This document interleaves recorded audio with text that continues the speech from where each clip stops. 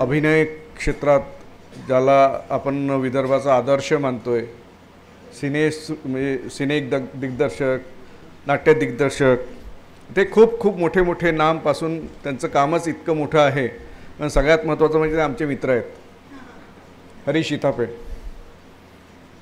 म्हणजे वर्धेत कॅम्प व्हावा आणि ते असू नयेत असं होऊच शकत नाही. हे सामाजिक तो विषय मस्त आपण त्यांनी दिला आहे. कला क्षेत्रात सांस्कृतिक सामाजिक जागरूकता कशी, त्यांनी आता अलीकडेच 13वं चित्रपट आलं, तो त्यांनी दिग्दर्शित केला. प्रायोगिक रंगकर्मी पुरस्कार, अवतरण रंगधर्मी पुरस्कार आदींचा समावेश आहे. त्यांना सर्वोत्तम दिग्दर्शक म्हणून मी पण माझे, रगतपिती, एक होता माणूस, बंदी क्रमांक, सुपारी.com, टिंगल टिंगल, दाभोळकरांचे भूत यासाठी सन्मानित करण्यात आले आहे. ते देशभरातील अनेक नाट्य कार्यशाळेत फॅकल्टी म्हणून सहभागी होतात. हरीश इथापे यांनी थेंब थेंब आभाळ, पाहिजे जातीचे, बंध रेशमाचे, तनमाजोरी, सुतक, आधे अधुरे, शेवंता जीती हाय, मी पण माझे, रगतपिती, एक होता माणूस, बंदी क्रमांक, टिंगल टिंगल, सुपारी.com, दाभोळकरांचे भूत, श्रीकांत प्रभुनेची प्रेमकथा, purity about virginity, waiting for Vithoba आणि 13चे निर्माते आणि दिग्दर्शक म्हणून भूमिका बजावली आहे.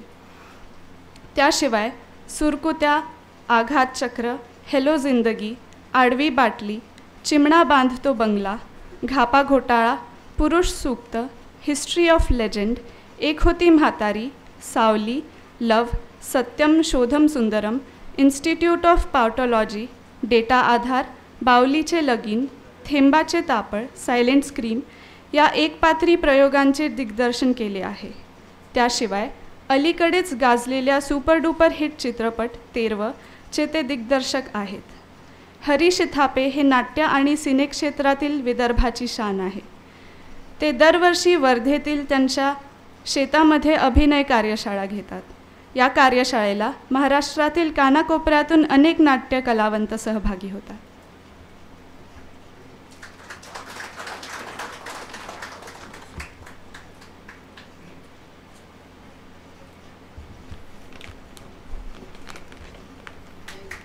धन्यवाद निर्मिती. आणि अकोल्याच्या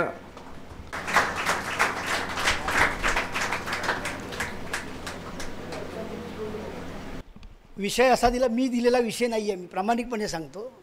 विकास भाऊंनी पाठवला कला क्षेत्रातील सामाजिक आणि सांस्कृतिक सहभाग.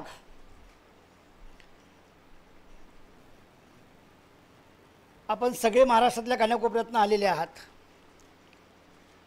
प्रत्येकाने आपापल्या मुठीमध्ये थोडा बहुत उजेड घेऊन आणलेला आहात. तुम्ही सगळे उजेड घेऊन आलेले आहात, मुठभर उजेड घेऊन आलेले लोक आहात तुम्ही सगळे. अशा अंधाऱ्या दिवसामध्ये मुठीत उजेड घेऊन येणं हे धाडस तुम्ही दाखवलं, त्याबद्दल तुमचं अभिनंदन करतो. कारण की मुळातच या पद्धतीच्या मांडण्या जर आम्हाला करायच्या असेल किंवा कार्यक्रम ठेवायचे असेल तर ऑडियन्स येईल का नाही ही शंका पहिली आमच्या मनामध्ये आता निर्माण झालेली आहे. म्हणजे मोठ्या प्रमाणामध्ये गेल्या 10 वर्षामध्ये शंकेची पेरणी झाली, सपाटून उगवली, आमच्या बापाची नाही उगवली, असं एकंदरीत देशाचं वातावरण आहे. अजेंडा स्पष्ट आहे आपल्या कार्यक्रमाचा. जेवढं RSSला धुता येईल तेवढं धुवा, नाव गांधीचं घ्या.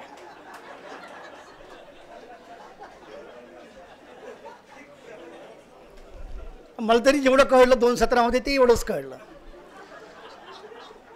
आणि सोबत ताटामध्ये नेहरू ठेवा.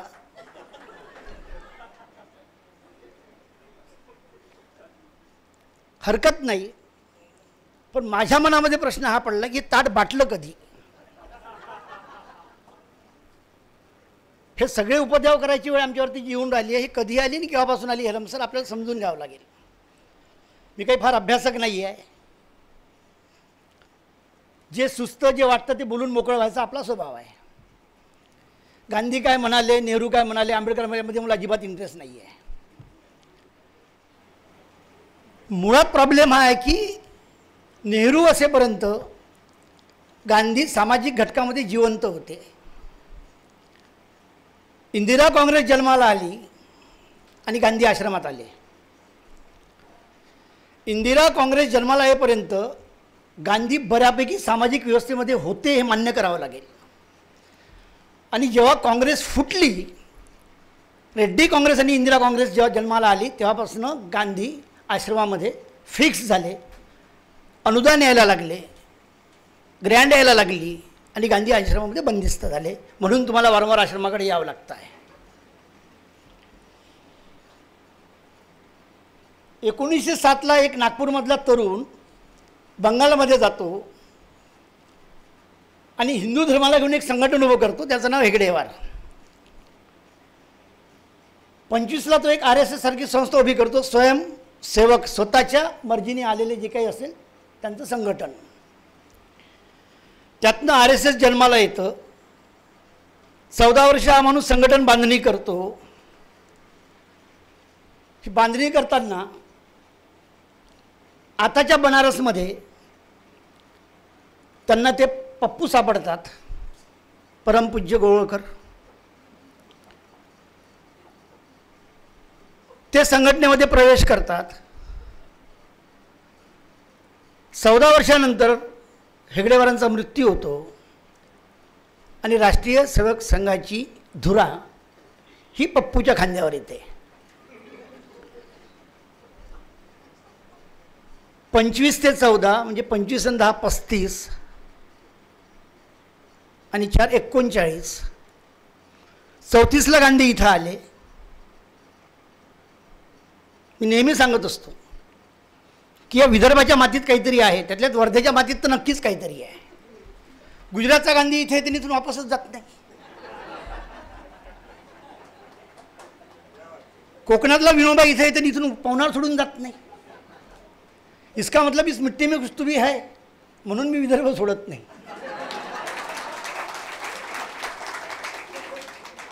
कोकणात जन्माला आलेला आणि शिकलेला आंबेडकर, महूमध्ये जन्माला आले आणि कोकणात शिकलेला आंबेडकर विदर्भात येतो आणि दीक्षा घेतो. इसका मतलब इस मिट्टी में कुछ तो है, म्हणून आम्ही विदर्भ वेगळा मागतो.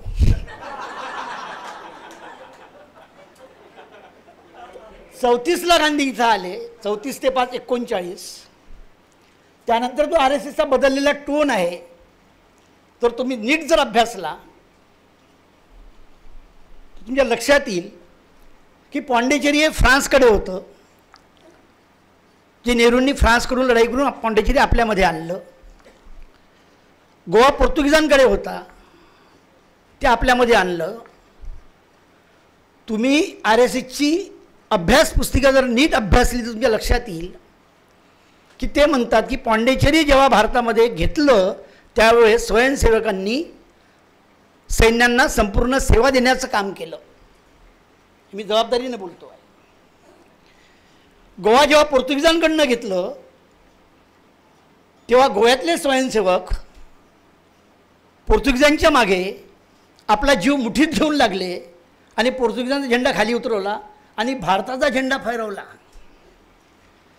जे स्वयंसेवक गोवा पोर्तुगीजांकडनं घेऊन त्यांच्या फोर्टवरती भारतीय झेंडा फडकवला म्हणतात, ते आपल्या संघाच्या कार्यावरती झेंडा नाही फडकवू शकत.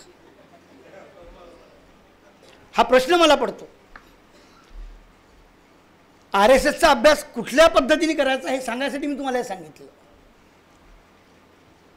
अशा पद्धतीची अभ्यास पुस्तिका त्यांची तुमच्या बापापासून तुमच्यापर्यंत स्मार्टली पोचते आहे. माझ्या सांगण्याचा उद्देश कला क्षेत्रातलं सांस्कृतिक सामाजिक सहभाग योगदान जो काही मांडायचा आहे तो आजचा मांडून उपयोगाचा नाही आहे. हा अजेंडा 2025ला 1925ला सेट झालेला आहे. याला एक छोटासा पॅच पहिले जोडून घेतो आणखी, मग विषयाकडे येतो. इतका मोठा भारत देश, विविध भाषा, विविध संस्कृती,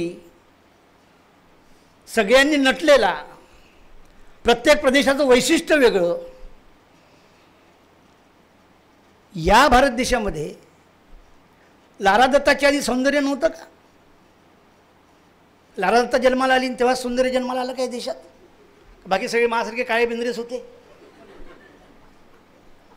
पहिलं मिस युनिव्हर्स दिलं जेव्हा आम्ही भांडवलशाही स्वीकारली. हायेस्ट पॉप्युलेशनचा देश म्हणून आशिया खंडातला भारत हा जगाच्या नकाशावरती होता आणि या देशातल्या माणसांची उत्सवप्रिय मानसिकता ही जगाच्या व्यापाऱ्यांना माहीत होती. 365 दिवसापैकी 327 दिवस सण ज्या देशामध्ये आहे, इथं नागोबाई सोडल्या जात नाही, वाघोबाई सोडल्या जात नाही, अशा देशातल्या माणसांची मानसिकता उत्सवप्रियतेची आहे. यांना खूप मढायला आवडतं, स्वतःला रंगवायला आवडतं, स्वतःला प्रेझेंट करायला आवडतं, ओव्हर एक्सप्रेसिव्ह मेंटॅलिटीचे लोक आहेत. हे उद्योगपत्यांनी भांडवलदारांनी तिथल्या ओळखला आणि मल्टीनॅशनल कंपन्यांनी पहिली मिस युनिव्हर्स लारा दत्ताला केलं. तिच्या डोक्यात मुकुट टाकलं. तिच्या डोक्यात मुकुट टाकल्यानंतर लगेच दुसऱ्या वर्षी पुन्हा कुणाला गेलं? सुष्मिता सेन, मग ऐश्वर्या राय, मग तुमची ते थिल्लर की चिल्लर, एकामागे तुम्ही सगळ्या मोजून काढा. जगातलं सगळं सौंदर्य तिकडंच अटकलं, भारतातलं सौंदर्य पुढे येत गेलं. एकामागे एक अवॉर्ड्स तुम्हाला दिले आणि त्याच्या मागोमाग प्रॉडक्ट देशामध्ये आले. करप्ट सॉफ्टवेअरच्या लोकांचा देश असं मी भारताला म्हणतो. त्याचा हार्डवेअर स्ट्रॉंग आहे पण सॉफ्टवेअर डॅमेज आहे. हे हार्डिस्क त्यांनी बरोबर ओळखली की यांना काय पाहिजे आणि तुमच्यासमोर ज्या पद्धतीने बाजारपेठ उभी केली ती सौंदर्य प्रसादाची बाजारपेठ आणि धर्माची बाजारपेठ. मानसिक आजाराने ग्रस्त असलेले भारतीय असा हा देश आहे. या देशातली धार्मिकता म्हणजे मानसिक आजार आहे. याला सायकोलॉजीच्या भाषेमध्ये स्किझोफ्रेनिया म्हणतात. याचा फायदा व्यवस्थित कम्युनल राजकारण करण्याने नेहरूनंतर सुरुवात केली. ती म्हणा का हा बुवा कुठेही चालला, मी काही काँग्रेसला शिवाय त्यासाठी उभा नाही आहे. नेहरूचं सेक्युलरिझम पण सोबत धार्मिकता पण होती. नेहरू धार्मिक होते, त्याला तुम्ही नाकारू शकत नाही. सेक्युलर माणूस हा धार्मिक असतो आणि कम्युनल माणूस कम्युनल राज्यकर्ता हा धर्माचा व्यवस्थित राजकारणाकरता वापर करून घेतो.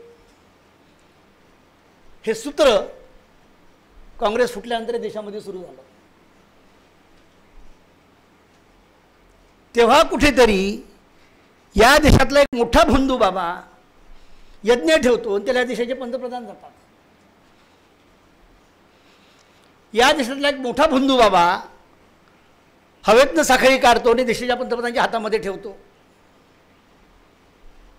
हा 2019-25चा अजेंडा आहे, हे समजून घ्या. त्यांना काय करायचं आहे त्यांच्या कागदावरती पहिलेच आखून होतं. म्हणून त्यांच्या अभ्यास पुस्तिकेमध्ये 3 वाक्य दिलेले आहेत RSSच्या. संस्कृती, धर्म आणि कला हा आमचा उद्देश, हा कार्य उद्देश म्हटला आहे त्यांनी. त्यांनी आर्थिक शब्द नाही वापरला कुठेच. त्यांनी या देशातल्या लोकांना आर्थिक गुलाम करायचा कधीच प्रयत्न नाही केला. असे आपापच होतात. एज्युकेशन हातातून गेलं की लंबे झाले. त्यांनी संस्कृती म्हटलं, त्यांनी धर्म म्हटलं आणि त्यांनी कला म्हटलं.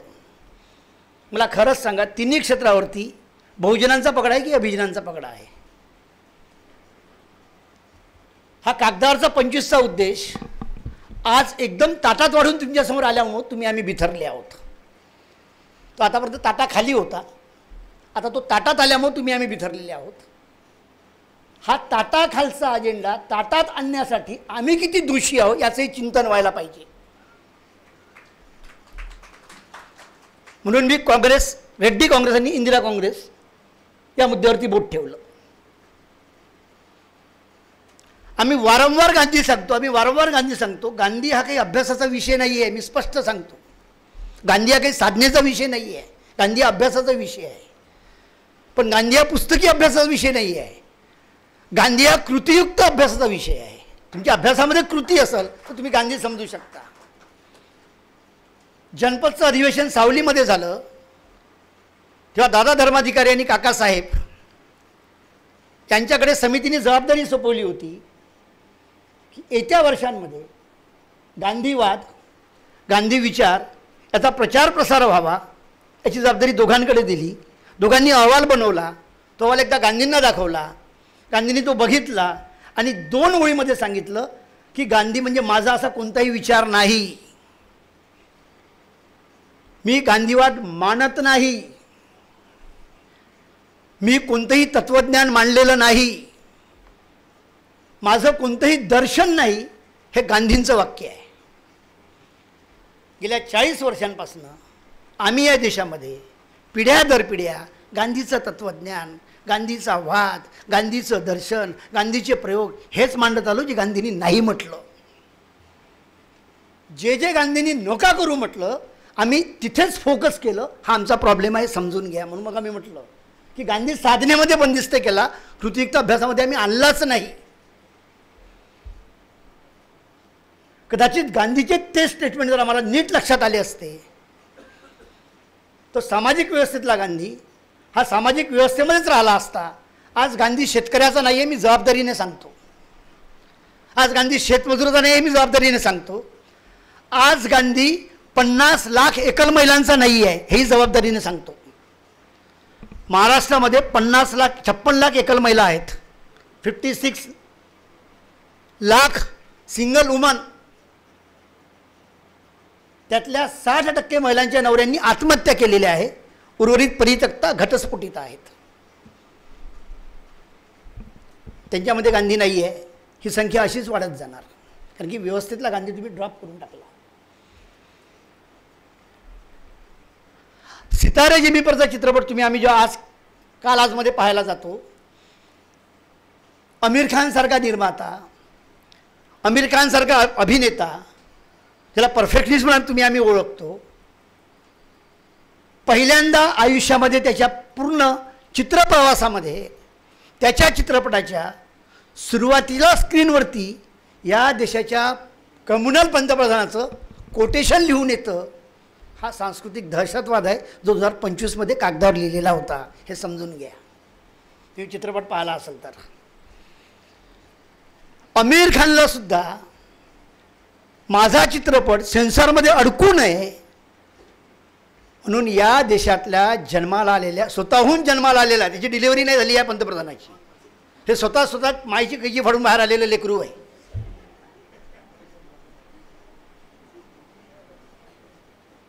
हे तिथेही सिजर झाली नाही, घरी सिजर केलं आहे ना दोघांना.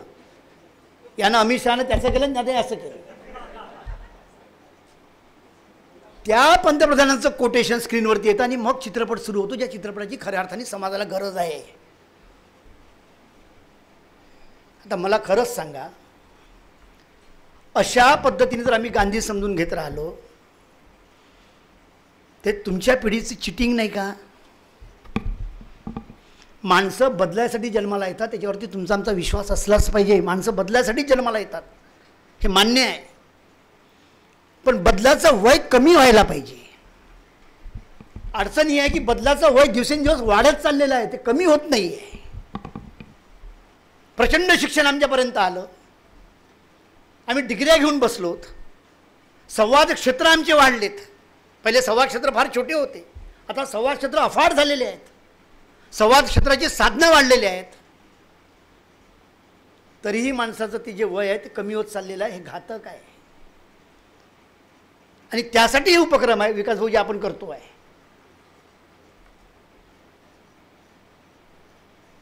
मग आम्ही जे बोललो होतो की सांस्कृतिक क्षेत्रातलं कला क्षेत्रातलं सांस्कृतिक आणि सामाजिक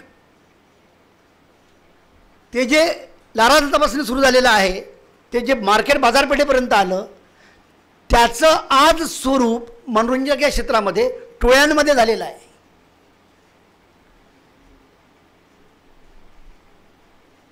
सगळ्या कला क्षेत्रातल्या कुठेही तुम्ही जा, देशभरातल्या वेगवेगळ्या राज्यांमध्ये जा, मुंबईसारख्या बॉलिवूडच्या क्षेत्रामध्ये जा,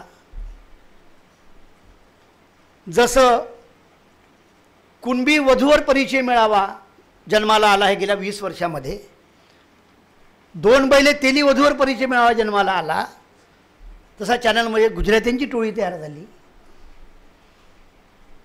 तशी चॅनलमध्ये पुणेकरांची टोळी तयार झाली, तशी चॅनलमध्ये कोकणी ब्राह्मणांची टोळी तयार झाली, तशी तिथे मराठवाड्याची टोळी तयार झाली.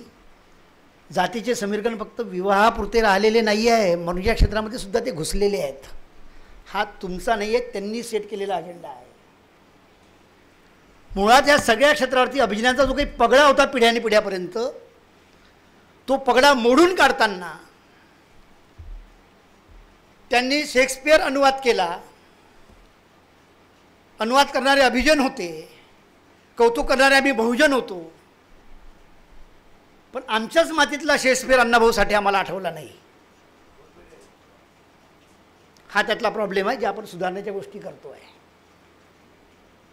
शेक्सपियरपेक्षा कितीतरी पट पुढे साहित्यामध्ये अण्णाभाऊ साठे आहेत. त्याचं कारण लक्षात घ्या. अण्णाभाऊ साठेंच्या साहित्यामध्ये माणसांच्या वेदना आहेत, आणि जिथे वेदना असतात तिथे सौंदर्य जन्माला येतं. हे तुमचं आमचं सौंदर्य नाकारणारे लोक आहेत. तुम्ही सतत वेदनेमध्ये राहाल तेव्हा तुम्हाला ग्राहक बनवून ठेवता येतं. तुमच्या वेदना संपल्या की तुम्ही ग्राहक राहत नाही. त्यामुळे अण्णाभाऊ साठे यांनी त्या पद्धतीने कलाक्षेत्रामध्ये येऊ दिला नाही. हा सांस्कृतिक दहशत आपल्याला समजून घ्यावा लागेल. हा समाजवादातला दहशत समजून घ्यावा लागेल. सामाजिक दहशत समजून घ्यावा लागेल. मातंग म्हणून तेवढाच ठेवला ना. जो उपेक्षित शोषित वर्ग होता मोठ्या प्रमाणामध्ये, तो नवबद्ध म्हणून अपडेट झाला. त्यांना बाबासाहेब आंबेडकर मिळाले, त्यांच्या डोक्यामागे प्रकाश आला. पण हे आमचे नाही म्हणून तो एक छोटासा समाज तसाच बाजूला राहिला. त्यामध्ये अण्णाभाऊ साठे दबल्या गेले आहेत. असे बहुजनातल्या छोट्या छोट्या घटकातले किती उदाहरणं तुम्हाला देता येतील. त्यातलं आत्ता एक उदाहरण परत देतो, जिच्यावरती चित्रपट येतो आहे, ज्यांनी आता छावा काढला. काय नाव त्या डिरेक्टरचं? ते आता त्या हिच्यावरती काढतात आहे, लावणी सम्राज्ञीवरती. इकडे डिलिव्हरी केली, पोटाला कापड बांधला आणि स्टेजवर जाऊन लावणी सादर केली. ती बाई स्वातंत्र्यापासून आतापर्यंत जिला राष्ट्रपती सन्मानित करतात, ती मनोरंजनाच्या क्षेत्रामध्ये नाही आठवली अभय. कारण की तुमचा स्वतःचा कलाक्षेत्रातला अजेंडाच कधी नव्हता. त्यामुळे सांस्कृतिक आणि सामाजिक अधपतन कलाक्षेत्रातलं हे आजचं नाही आहे. ज्यावेळेस M.F. हुसेनच्या चित्रावरती प्रश्न विचारले जातात, त्याच्याबद्दलचे डेलिगेशन दिले जातात, हा तेव्हाही होता.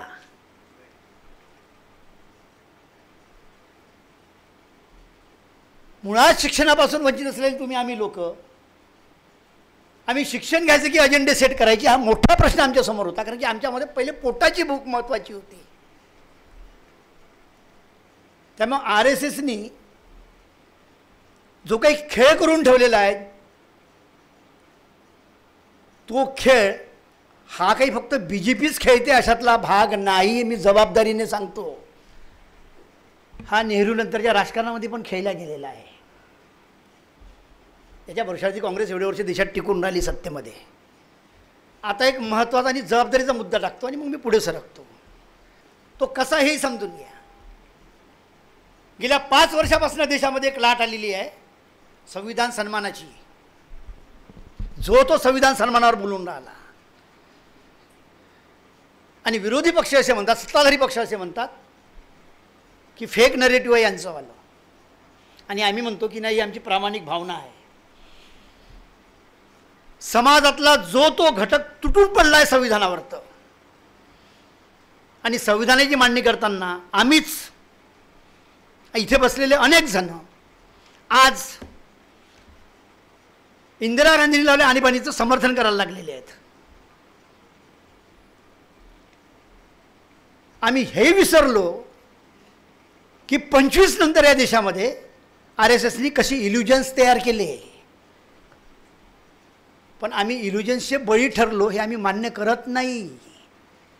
आणीबाणीमध्ये अटकेत असलेले माझ्या भावासही शामनापर्यंत सगळे द्वादशीवापर्यंत हे इल्युजन्सचे बळी आहेत. त्यामध्ये JP सुद्धा आहेत. भ्रम तयार केला होता. आणीबाणी म्हणजे काळा दिवस, अत्याचार, अन्याय, पेटून उठले सगळे. दलाल काँग्रेसच्या विरोधामध्ये रस्त्यावरती आले, उचलले आणि जेलमध्ये टाकले. आता सांगावं लागतं की आम्हाला त्यावेळेस खूप आदरातिथ्य ट्रीटमेंट मिळाली. तेव्हा शेक लागला होता. आज का सांगावं लागतं? तुम्ही इल्युजनमध्ये गेले होते, पहिले मान्य करा. माझा मुद्दा त्यांना काहीतरी बोलणे नाही आहे. माझा मुद्दा आहे की हे इल्युजन्स तुम्हाला समजून घ्यावे लागतील. गांधी नंतर समजून घेऊ.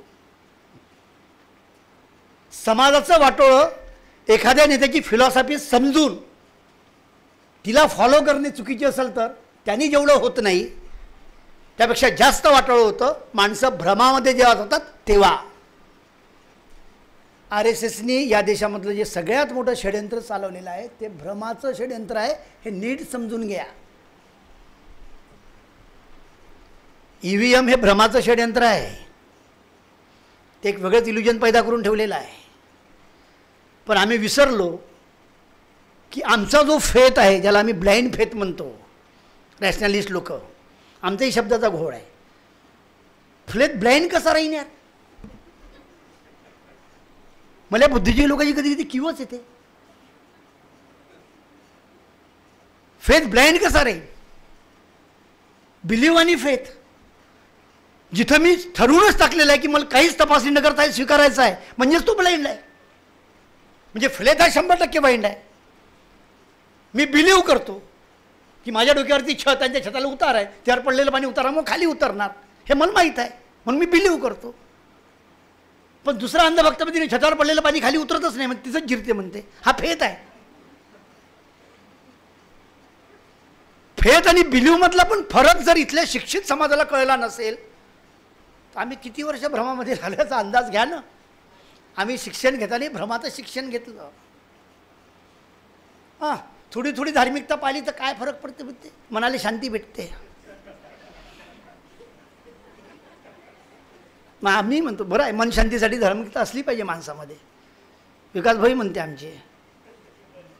आमचे श्याममानवही म्हणते नाही नाही घरची बायको देव करते, करू दे, त्यामुळे काही नुकसान आहे का म्हणते. आता मला सांगा, तुम्हाला कल्पना असेल, अमेरिकेमध्ये एक सर्वे झाला होता. तो सर्वे असा होता, कोणत्या माणसाचं आयुष्य जास्ती आहे, जास्त दारू पिणाऱ्याचं, 2 पॅक पिणाऱ्याचं का न पिणाऱ्याचं. हा सर्वे झाला होता कुलकर्णी सर. आणि त्यात निष्कर्ष असा निघाला की 2 पॅक पिणाऱ्याचं आयुष्य जास्ती आहे.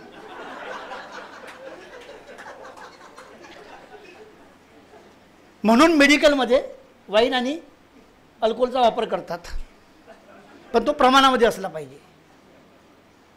दूध पिऊन माणसं मेल्याचं उदाहरण आहे का? दूध पिऊन माणसं मेले बा, अति दूध पिल्याने मेला, उलट्या होईल, हागवण लागेल, माणूस नाही मरत. पण अति दारू पिला आणि मेला, याची अनेक उदाहरणं तुम्हाला पाहायला मिळतील. 2 पॅक दारू पिणे त्यानं आयुष्य वाढते हे जरी आम्ही मान्य केलं, पण दारूचा गुणधर्म काय, ती तुम्हाला सवयीकडे नेते. त्यामुळे प्रॉब्लेम दारूचा नाही आहे, तिच्या गुणधर्माचा आहे. हां, थोडेसे देव पुजले तर का फरक पडते? पडते ना, कारण त्यामध्ये गुणधर्म आहे ना. त्यामध्ये गुणधर्म आहे की तुम्हाला ते खाईमध्ये घेऊन जाणार 100%. या गुणधर्माबद्दल कोणीच बोलत नाही. हा जो गुणधर्म आहे, या गुणधर्माला घेऊन यांनी ज्या पद्धतीचे भ्रम, इल्युजन्स तुमच्यामध्ये सतत वापरत आले, आणि मग तुम्हाला माहिती आहे, यांना माहिती आहे की तुमचा फेथ कुठं आहे, त्या ठिकाणी गळ टाकला का धर्माचा इल्युजन सापडलं की मग तुम्हाला ते ओढतात. ओढले की तुझ्या पाड्यात बसतात. आणि मग 24ची निवडणूक झाली, आलीच कशी म्हणते निवडून.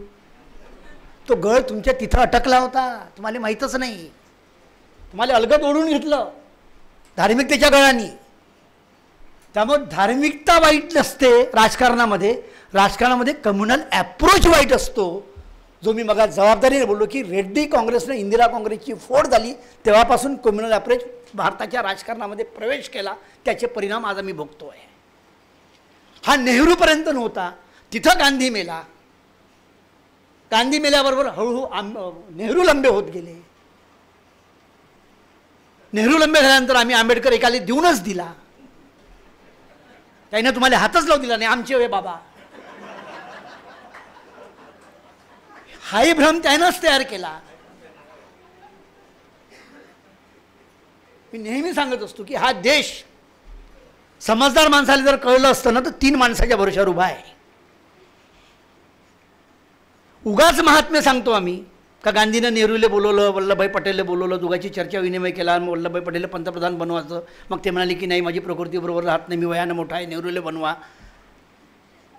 कायच्यासाठी या चर्चा करता मला समजतच नाही. तेव्हा झालं, निपटलं, जाऊ द्या ना. गंगेत घोडं गेलं ते.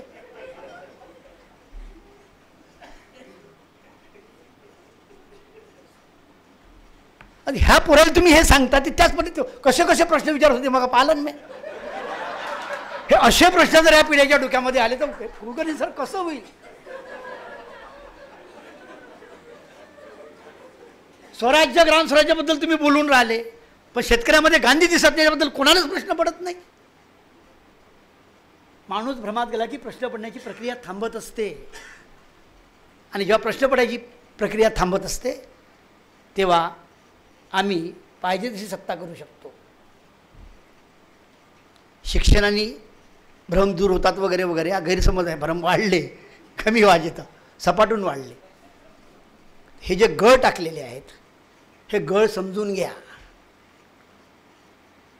हे जे गांधी थांबलेले आहेत किंवा गांधी जे बाहेर गेले हे या पद्धतीने समजून घ्या. म्हणून मी नेहमी सांगत असतो की 3 माणसं जर कळले असते, हा देश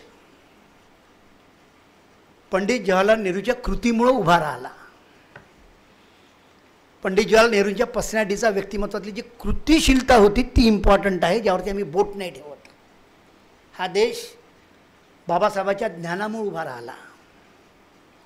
म्हणून मी नेहमी सांगतो की या देशातले 3 माणसं, एक नेहरूसारखा कृतिवंत माणूस, एक आंबेडकरांचा ज्ञानवंत माणूस, आणि तिसरा बापू होऊन गेला. मी ज्ञानेश्वरी वाचताना मला एक शब्द सुचला म्हणजे वाचण्यात आला, अंत्यवंत. मला कळेच नाही की अंत्यवंत काय. मी गुरु ठाकूरला फोन केला, कवी म्हटलं गुरु असा शब्द ज्ञानेश्वरीमध्ये असला, अंत्यवंत काय म्हणजे याचा अंतच होत नाही. मला पटकन गांधीजी पोटातनं निघालेले हे राम शब्द आणि खाली पडलेला देह माझ्या डोळ्यासमोर आला. म्हटलं अंत्यवंत एकच माणूस होते, तो म्हणजे गांधी. तो अंत्यवंत आहे म्हणून मजबूत आहे, आणि म्हणून यायचं दुःख नाही. गांधी मरत काऊन नाही.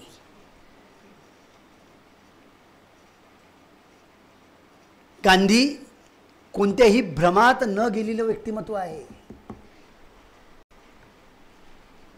गांधी कोणत्या इल्युजनमध्ये गेलेलं व्यक्तिमत्व नाही. गांधींनी कधी कोणते इल्युजन्स तयार नाही केले. गांधी का मोठे आहे? गांधींनी ब्रह्मचर्याचं पालन केलं किंवा ब्रह्मचर्याचा प्रयोग केला, आता चर्चा होती. हा ग्रेटनेस नाही असू शकत, मी नाही मानत. गांधींनी मी ब्रह्मचर्याचं पालन करण्यासाठी केलेला प्रयोग स्वतः सांगणे हा ग्रेटनेस असू शकतो. त्यामुळे सत्यनिष्ठा हा गांधीचा मूळ आधार होता. सत्यनिष्ठेचा अर्थ काय होतो की जे आहे ते कबूल करा, मान्य करा.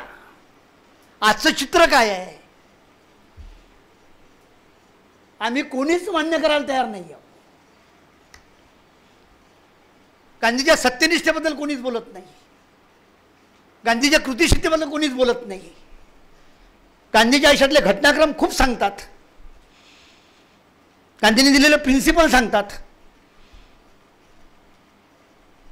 कृतिशीलतेचं काय, सत्यनिष्ठेचं काय, तत्वनिष्ठेचं काय? गांधीची पर्सनॅलिटी ही काही व्यक्तिगत एकट्या मोहनदास करमचंद गांधीचं व्यक्तिमत्व नव्हतं. गांधी म्हणजे हा गांधीची पर्सनॅलिटी ही काही एक हाडा मासाचा माणूस अशी पर्सनॅलिटी मी उभी करू शकत नाही. इंटरनल आणि एक्सटर्नल पर्सनॅलिटीबद्दल आपण तशी नाही आहे.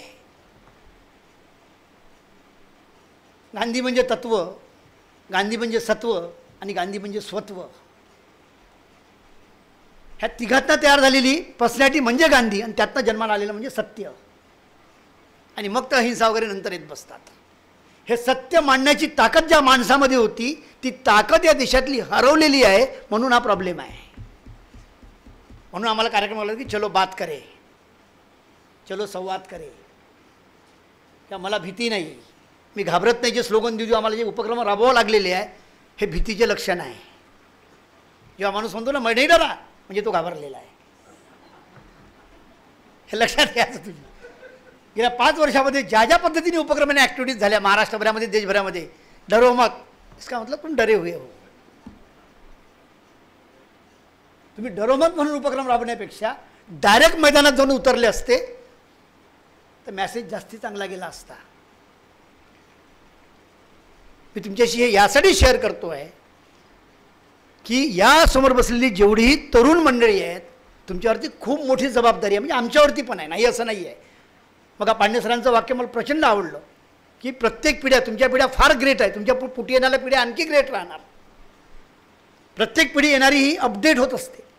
जसा मोबाईल आपण नवीन घेतो आलेला व्हर्जन, तर प्रत्येक येणारी पिढी नवीन व्हर्जन राहते. त्यामुळे तुमचा रिस्पेक्टच झाला पाहिजे.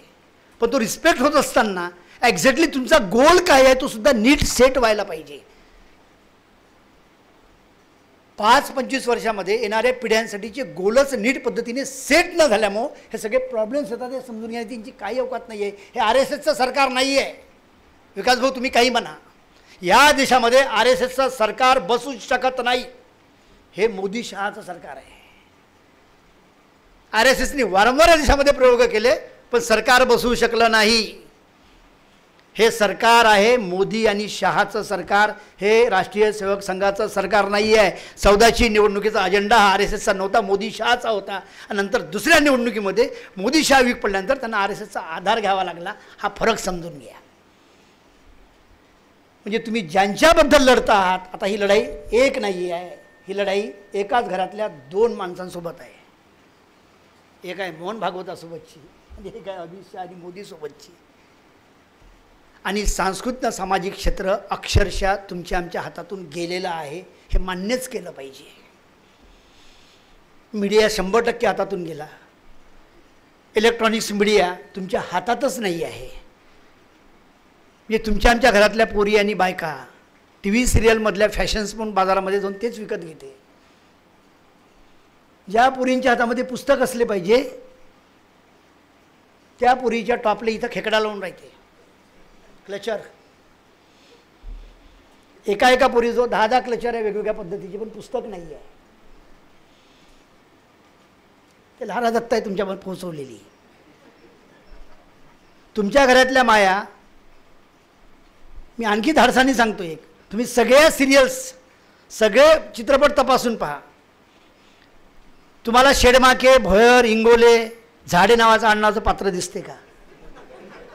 खाबिया, छाबिया, छांगानिया, गोलछ्या हेच सापडते. त्याच्या दुःखाशी आपला काय संबंध दूरदूरपर्यंत? तिकडे मिहीरचं लग्न होत नाही म्हणून माई इकडे डोळ्याले पदर लावते. घरचं पोट्ट 35 पार करून गेलं, त्याच्या लग्नाची काळजी नाही. पण मिहीरचं लग्न कोण होत नाही म्हणून त्याची चिंता माघरच्या मायले आहे. याच्यात सुधारणा करावं लागेल. तुमच्या म्हणण्याप्रमाणे विषय दिला म्हणून की आम्ही काय नाकारायचं, मुद्दा स्वीकारायचा नाही आहे. सगळ्यात पहिले अक्कल काय नाकारायचं याची आली पाहिजे. काय स्वीकारायची अक्कल आपोआप येते. आमचा प्रॉब्लेम असा की आम्ही काय स्वीकारायचं याचीच अक्कल वाटत बसतो. नाकारता आलं पाहिजे. पहिले एडिटिंग कळलं पाहिजे. ज्याला एडिटिंग कळतं तो चांगला डिरेक्टर. तो भाकड पसारा घेत नाही शूट करून. आमचा प्रॉब्लेम आम्हाला एडिटिंगच कळलं नाही म्हणून तुम्ही कॅश केले जातात आहे. पावलोपावली कॅश होणारे लोक आहोत आम्ही. त्यामुळे सांस्कृतिक क्षेत्र या पद्धतीने अख्खा हातातून गेलेलं आहे. सलमान खान सारख्या एवढ्या मोठ्या परिवाराला, खान परिवाराला गुजरातमध्ये जाऊन पतंग उडवा लागते. याच्यावरून तुम्ही अंदाज लावा. ज्याच्या बापानं 5 पिक्चर पाहून शोले बनवला, हे जबाबदारीनं सांगतो. शोले काही सेल्फ क्रिएटिव्हिटी नाही आहे. बॉलिवूडचे 3 पिक्चर, हॉलिवूडचे 3 पिक्चर ना बॉलिवूडचे 2 पिक्चर, 5 पिक्चरच्या मिक्सिंगमध्ये शोले आहे. शॉट आणि फ्रेम उचललेली आहे. म्हणजे उचलीगिरी आमच्या देशात पहिलेपासूनच आहे. पु ल देशपांडेची ती फुलराणी आम्ही डोक्यावर घेऊन फिरलो. ते बाहेरचं नाटक अनुवाद आम्ही केला, देशपांडेने केला. इथापेन केला असतात तर सांस्कृतिक दहशतवाद. शेक्सपियरचे नाटकं कोणी घर देता का घर, आमचा नाना डोक्यावर घेऊन फिरते. ते आमचं नव आहे, त्याचं होय. अनुवाद शिरवाडकरने केला. शिरवाडकर ग्रेट झाले, पण उमरेडसारख्या ग्रामीण भागामध्ये एखाद्या शहराने एखादी नाट्यसंहिता लिहिली असन त्याला महत्त्व नाही आलेलं आहे. हाही फरक लक्षात घ्या. 25चा अजेंडा. तुमचं आमचं लक्षच तिकडे गेलं नाही ना. मनोरंजनीय मानसिकता, एंटरटेनमेंटमध्ये गुल झाले तुम्ही. आता तुम्ही हातामध्ये रील देऊन ठेवलेले आहेत. तुम्ही रीलमध्ये व्यस्त राहा, सिरियल आम्ही करतो. तुम्ही रील करा छोट्या छोट्या. आमची आपटीची पोरगी तिकडे सिरियल करण, ते रोड पिक्चर करणं म्हटल्यास ते किती बोल्ड करण, आपटीची आहे. आमची मामी तर काही घेऊन फिरली तरी चालते. माई फिरली का लागेल बापा इथापीची बाई कशी फिरून राहिली, आणि मामी फिरते त्याचं काय.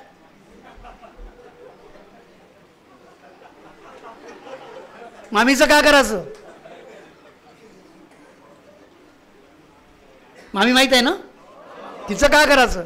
कधी बिबट्याचं कातडं, कधी चित्याचं कातडं.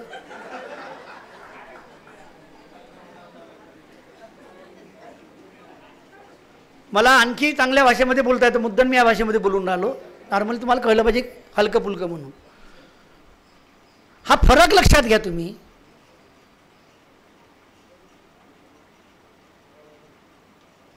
माधुरी दीक्षित तुमच्या खांद्यावर बसवली, सगळ्या खांद्यावर बसलेल्या नट्या तुम्ही पहा ना. सामाजिक आणि सांस्कृतिक याचं लग्न कसं झालं तुम्हाला सांगतो मी. एकाच बैलबंडीचे 2 बैल आहे, याला वेगळं नाही करता येत. शाहरुख खान माधुरी दीक्षितची जोडी चालते तुम्हाला, तेव्हा तुम्हाला धार्मिकवाद येत नाही. तिथं आमची नटी किती गळ्यात गळे घालून तरी चालते. सगळे तुम्ही मधला ट्रेंड तुम्ही तपासून पहा चित्रपटांचा काय आहे. तर सगळे चांगले तरणे बाण, उमदे घोडे, अरबी, आणि सगळ्या हिरोईनी. तसं जर पाहतो म्हटलं तर दोन्ही अरबीच आहे, युरेशियनच आहे ना. आपला भ्रम आहे का ते आपले वय म्हणून. बोललं तर जीवावर येते. मग त्यांचे सगळे चाळे चालतात सांस्कृतिक क्षेत्रातले, पण आमच्या गौतमी पाटीलने थोडं काही केलं की तुमच्या जीवावर येतं. हा फरक लक्षात घ्या. तुम्हाला या भ्रमात ठेवणे, तुमच्याच हाताने तुमच्याच लोकांना डॉमिनेट करणे. ह्या डॉमिनेशनमुळे आम्ही ज्या पद्धतीने अडकल्या गेलो आहोत, अपमान सहन करण्याची सवय तुमच्या आमच्या पिढ्यांना लावून टाकलेली आहे. यातनं पण बाहेर पडावं लागेल आपल्या लोकांना. भिडावं लागेल. भिडायसाठी समजून घ्यावं लागेल की 10-5-14 पासूनचा आलेला खेळ नाही आहे, हा यांनी कॅश केला. हा तेव्हापासूनचा खेळ आहे. त्यामुळे सांस्कृतिक क्षेत्रावरची पकड ही करणे गरजेची आहे. दिल्लीसारख्या ठिकाणी सफदर हाशमीवर गोळीबार होतो, विकास भाऊ मला प्रश्न पडते ना.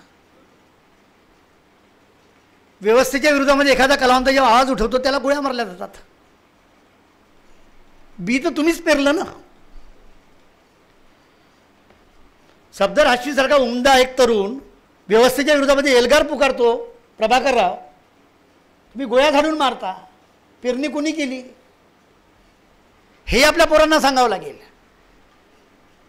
कधीही लक्षात घ्यायचं, भूतकाळातल्या चुका आमच्या हातून झालेल्या सुद्धा पहिले आम्हाला अभ्यासाव्या लागतात, तेव्हा भविष्याचे मार्ग सोपी होतात. भूतकाळातल्या चुका आपल्या हातून झालेल्या आम्ही त्या झाकत गेलो तर भविष्यातल्या मार्गांवरती खड्डेच सापडतात. हे कधीही लक्षात घ्यायचं.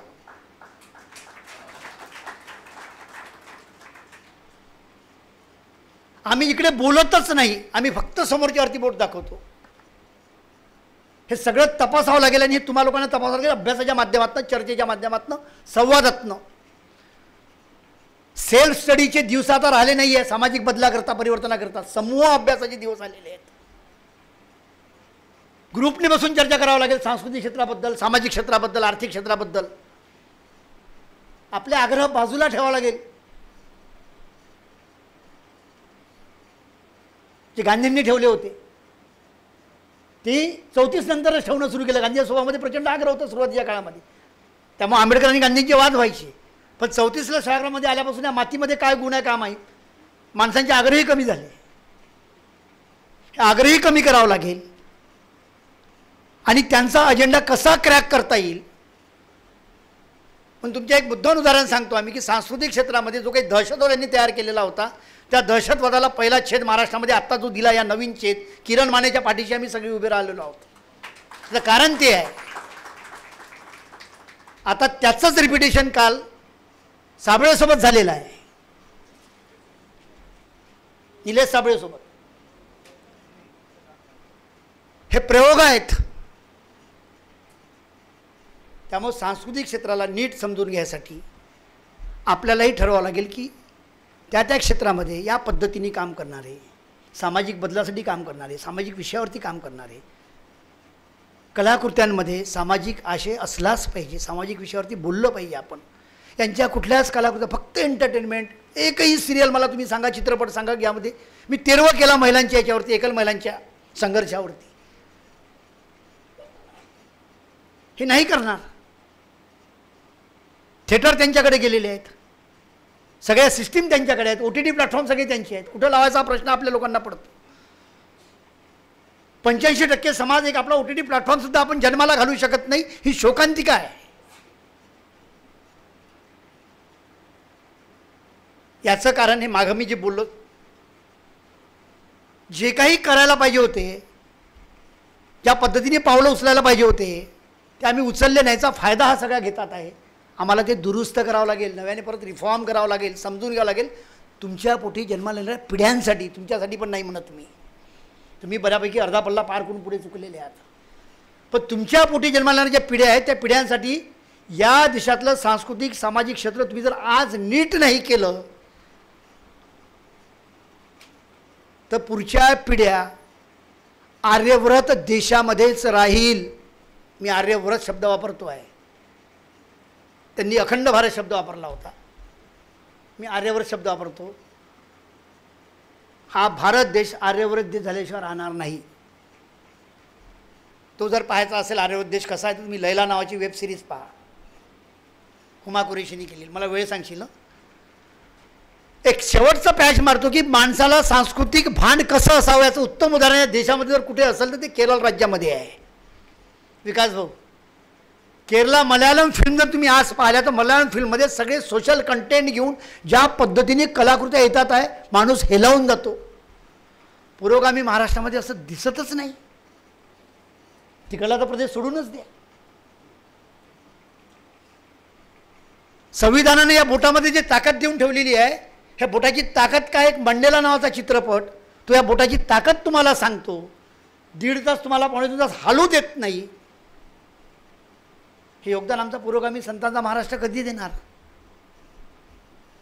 एकीकडे केरला या पद्धतीचे विषय तिथले लोक आणतात आहे, कारण की केरळातली लिटरसी प्रचंड आहे, पुस्तकी लिटरसी नाही आहे तिथली. त्याचा हा परिणाम आहे. किंवा द ग्रेट इंडियन किचन नावाचा चित्रपट एका भारतीय परंपरा व्यवस्थेमधल्या महिलाचं शोषण कसं होतं, मानसिक शोषण कसं होतं याची मांडणी करते. हा चित्रपट तुम्ही आम्ही पाहायला पाहिजे. त्याला OTT प्लॅटफॉर्म नाही मिळत, त्यांना स्ट्रगल करावं लागतं, फाईट करावं लागतं, कारण की त्यांच्या सोयीचा नाही आहे. हे पण तुम्ही आम्ही पाहायला पाहिजे तुमच्या पिढ्यांनी की आम्ही काय बघावं याची पण अक्कल आता आम्हाला आली पाहिजे. हे मला तुम्हाला सांगायचं आहे की आम्हाला आमच्या सामाजिक हिताचेच कार्यक्रम आणि वेब सिरीज आणि सिनेमा आम्ही पाहिले पाहिजे, त्याला प्रोत्साहित केलं पाहिजे, त्याला आम्ही ताकद दिली पाहिजे, त्याच्या बॅकग्राऊंड आम्ही उभं राहिलं पाहिजे. आम्ही हे करत नाही, आम्ही चुकतो. मल्याळमने इतकं पुढे गेलेलं आहे. मी सगळ्यांना आग्रह करील, मी जे सांगतोय मंडेला तुम्ही पहा. हे बोट म्हणजे सामाजिक व्यवस्था आहे. आम्ही काळजी या नखाची करत बसलो. मी नेहमी सांगतो की बाबासाहेबांनी या बोटामध्ये जी ताकद देऊन ठेवलेली आहे, ही ताकद म्हणजे बोट म्हणजे सामाजिक व्यवस्था आहे. आमच्या सगळ्या उपक्रमामध्ये फक्त नखावरच चर्चा होते. तर नख म्हणजे राजकीय व्यवस्था आहे, कधीही कापून फेकता येतं. तुमचं बोटच बाटल्या गेलं ना, ह्या बाटल्या बोटाची चिंता कधी करणार? बाटल्या बोटावरती कसंही नख उगवल, पण बोट जर तुझं तटस्थ असेल, राजकारणाचं चुकीचं उगवलेलं नख कधीही कापून फेकता येतं. आज बोट टाईट आणि मजबूत करायची वेळ आली आहे, म्हणजेच मजबूती का नाम महात्मा गांधी. आमचं बोटच कमजोर झालेलं आहे. आम्ही नखावरती चर्चा करत बसलो. आपण सगळे महाराष्ट्रभरातून इथं आलेले आहात, युवक आहात, एनर्जेटिक आहात, काहीतरी करायचं तुमच्या आतमध्ये धुमसत आहे. आपापल्या परिसरामध्ये जा, चर्चा घडवा, बोला, शांत राहू नका आणि घरापासून सुरुवात करा. आमचा प्रॉब्लेम असा आहे की आम्ही समाजापासून सुरुवात करतो आणि घर तसंच राहतं. त्यामुळे प्रत्येक माणसाचं घर तसंच राहते आणि त्या घरात आम्ही पुन्हा एक समाज बनते, पुन्हा समाज तसाच दिसते आम्हाला. मग घरापासून सुरुवात करा, समाज आपाप सुधरून जाईल. आपण समाजापासून सुरुवात करतो आणि घर तसंच मागं पडलं राहते. आणि सकाळी एक अगरबत्ती लावली तर काय फरक पडते याचाही जरा विचार करा. 2 पॅक बंद करा, दुधावर या. हे दुधावर येण्याची आज वेळ आलेली आहे. 2 पॅगाच्या भ्रमातनं निघा. राजकीय नखाबद्दल चर्चा करत बसू नका. चर्चा बोटाची करा, चिंता बोटाची करा, बोटाची काळजी घ्या. बोटाला गँगरिंग होणार नाही याची काळजी घ्या. आज बोट कमजोर पडत आहे म्हणून हे सगळे उपक्रम घ्यावे लागतात आहे, शिबिर घ्यावं लागतात आहे. झाडे फाउंडेशननी पुढाकार घेऊन हा उपक्रम यावर्षी वर्धेत आणला. आम्ही वर्धेकरांच्या वतीने सगळे आग्रह करतो की हा उपक्रम इथेच कंटिन्यू करा.